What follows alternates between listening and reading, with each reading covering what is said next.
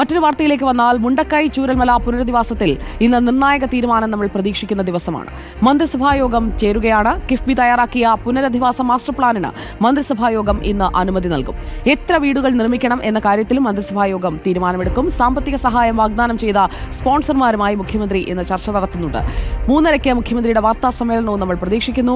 R Roshipal തിരുവനന്തപുരത്ത് നിന്ന് നമുക്കൊപ്പം. Good morning R Roshipal.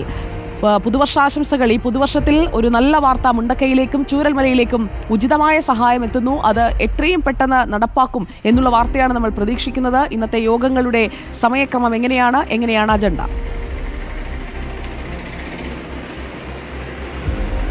Good morning, happy new year Sujaya Parvathi. ഒന്ന്, വയനാട് മുണ്ടക്കൈ ചുരൽമല ഉരുൾപൊട്ടലിൻ്റെ പുനരധിവാസം വേഗത്തിലാക്കാനുള്ള തീരുമാനമാണ് സർക്കാർ എടുത്തത്. അത് നമുക്കറിയാം, ഹൈക്കോടതി ഈ എസ്റ്റേറ്റ് ഭൂമി ഏറ്റെടുക്കുന്നതിന് പച്ചക്കൊടി കാണിച്ചതിന് തൊട്ടു പിന്നാലെയാണ് പുനരധിവാസത്തിൻ്റെ ഈ പദ്ധതി. അതിൻ്റെ രൂപരേഖ തയ്യാറാക്കുന്നു. അത് പ്രത്യേക മന്ത്രിസഭാ യോഗം വിളിച്ച് അവിടെ ചർച്ച ചെയ്യുന്നു. ചീഫ് സെക്രട്ടറി അവതരിപ്പിച്ചു.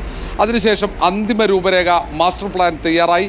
അത് ഇന്നത്തെ മന്ത്രിസഭാ യോഗത്തിൽ അല്പം മുമ്പ് തുടങ്ങിയ മന്ത്രിസഭാ യോഗം അത് വിശദമായി പരിശോധിക്കുന്നു. മന്ത്രിസഭ അതിന് അനുമതി നൽകും. തൊട്ടു പിന്നാലെ 12 മണിയോടെയാണ് മുഖ്യമന്ത്രിയുടെ ചേംബറിൽ ഈ സഹായ വാഗ്ദാനങ്ങൾ നൽകിയ സംഘടനകളെ പ്രതിനിധീകരിച്ചുള്ള പ്രധാനപ്പെട്ട വ്യക്തികളുമായുള്ള കൂടിക്കാഴ്ച.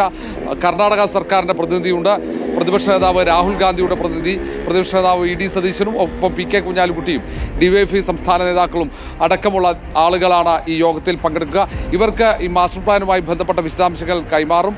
അതിനൊപ്പം തന്നെ ഇത് ഒരു സമയക്രമം ഉണ്ടാവും. പുനരധിവാസം ഒരു നിശ്ചിത സമയക്രമത്തിനുള്ളിൽ തന്നെ പൂർത്തിയാക്കാനുള്ള തീരുമാനമാണ്.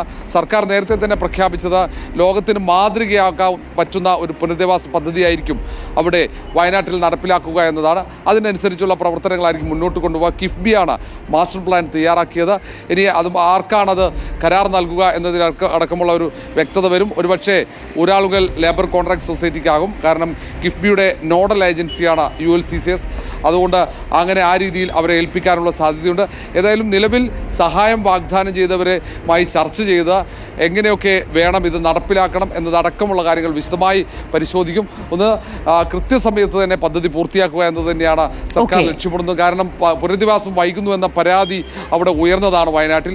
അതുകൊണ്ട് തന്നെയാണ് വേഗത്തിൽ തന്നെ ഈ നിയമക്കുരുക്കുകൾ ഒഴിവായതിന് പിന്നാലെ അത് വേഗത്തിൽ നടപ്പിലാക്കാനുള്ള ശ്രമം സർക്കാർ ആരംഭിച്ചിരിക്കുന്നത്. സുജയ, മുണ്ടക്കൈ ചൂരൽമല പുനരധിവാസം അത് എത്രയും പെട്ടെന്ന് നടപ്പാക്കട്ടെ. അതിനായാണ് നമ്മളും ആഗ്രഹിക്കുന്നത്, കാത്തിരിക്കുന്നത്. Thank you are Roshipal.